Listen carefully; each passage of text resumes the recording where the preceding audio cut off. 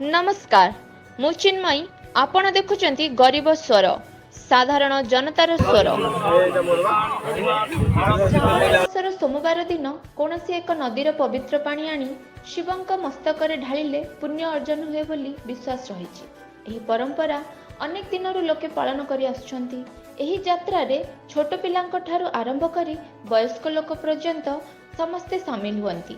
गतकाली पवित्र श्रावण मासर शेष सोमवार थिला एवं विभिन्न शैवपीठ रे काउणिया मानक भिड़ देखिबाकू मिलथिला।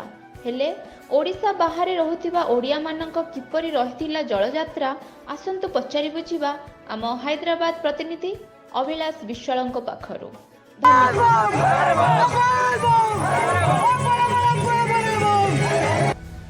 जय जगन्नाथ।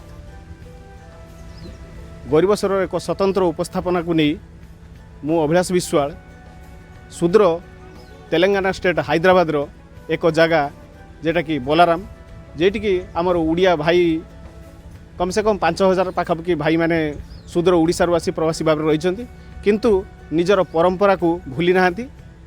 ये मास श्रावण मास श्रावण मासरे शिवंक उपरे जो जलाभिषेक कार्यक्रम एक रही परंपरा आमर पूर्वपुरुष माने करि आस्थिले सही स्वतंत्र परंपरा को बजाई रखिछंती। तेणुकर यही एक महत्व काम को नहीं मु गरीब स्वर तरफ से भेटिया से स्वतंत्र बोलाराम रे पहुँची। तेणुकर जो भाई माने यही कार्यक्रम करी आम सनातन संस्कृति को उच्च स्तर को नहीं से भाई भाई मान को मु तांको साथ मिसी तांकर यही कार्यक्रम केते वर्ष है कौन है तांको विषय आम टिके आलोचना करवा। तेणुकर आसतु आम से भाई मान साथ मिसवा बोलाराम रे रहउथिबा से भाई माने हैदराबाद रे। नमस्कार मु गरीब स्वर तरफ सुदूर ओडिशा जो श्रावण मासरे शिव अभिषेक रही जल चढ़ेवा से उपस्थापना नहीं आपण साथ जोगाजोग आम शुणी पालु जे आपण मैंने एठी एक श्रावण मासर जो शिवंक उपरे पानी अभिषेक रही ताहाकू बहुत दिन है धरी कर आसुँच। तेणुकर बहुत खुशीर कथा आपण सनातन धर्म को यही भाव में परंपरा बंचाई रखिंट। तेणु से गरीब जानापी चाहूँ जे आपड़ केते वर्ष है ये परंपरा को पालन कर भाव में परिचालन कर विषय आमर रोहुत भाई मान को जनइबू केमी ये सुदूर रही आप सब कार्यक्रम कर। तेणुकर आपण ये भाई ना कौन आप नाटा टे आम कामुरिया भाई संगठन जड़े मुख्य परिचालक श्रीजुक्त जितेंद्र कुमार जेना आज को 16 वर्ष हम हैदराबाद रो तेलंगाना स्टेट रो आईडिया बोलाराम रो जोगेश्वर बाबा मंदिर गेंडीगुड़ा ठारे आज को 16 वर्ष हम आम ये कामुरी भाई माने सुदूर कुरुकांचीरू पानी नहीं ये आम शिवालय जलदान करचु।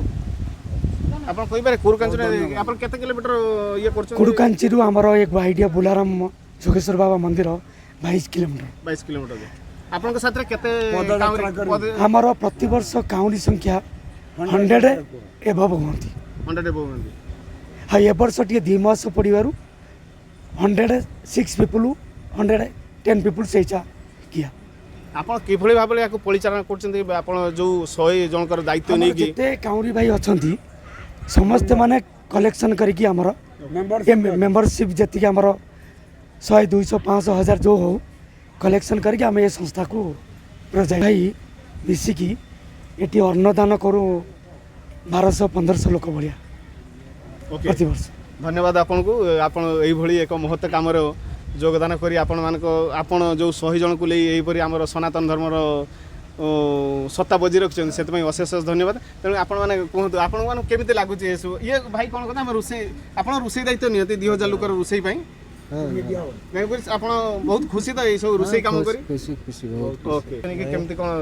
सब तो सही बाबा महिमा तांकरी महिमारू 16 वर्ष होला आम काम भलरे जरी आसी किसी असुविधा आईनी आ बोलाराम भाई बंधु माने जेते हमर अछंती सब कंपनी काम छाड़ी के बाहर समस्ते आइचंती 2 पैसा कमेया को किंतु तांका निज निज कर्म छाड़ी के केते दूर आछंती जे कि हम ठाकुर को सेवा ये रे सेति कि बहुत बहुत ऐसे धन्यवाद। ओके ओके कौन सी विशृंखला हुए नहीं समस्ते एक मन एक प्राण दे कि आमे जल लागि करिया पई सुदूर कोडुकांचीरू बोलाराम पर्यंत आसी थाउ एवं ଶ୍ରାବଣ ମାସର ଶେଷ ସୋମବାର ଦିନ ଆମେ ଜଳ ଲାଗି କରୁ।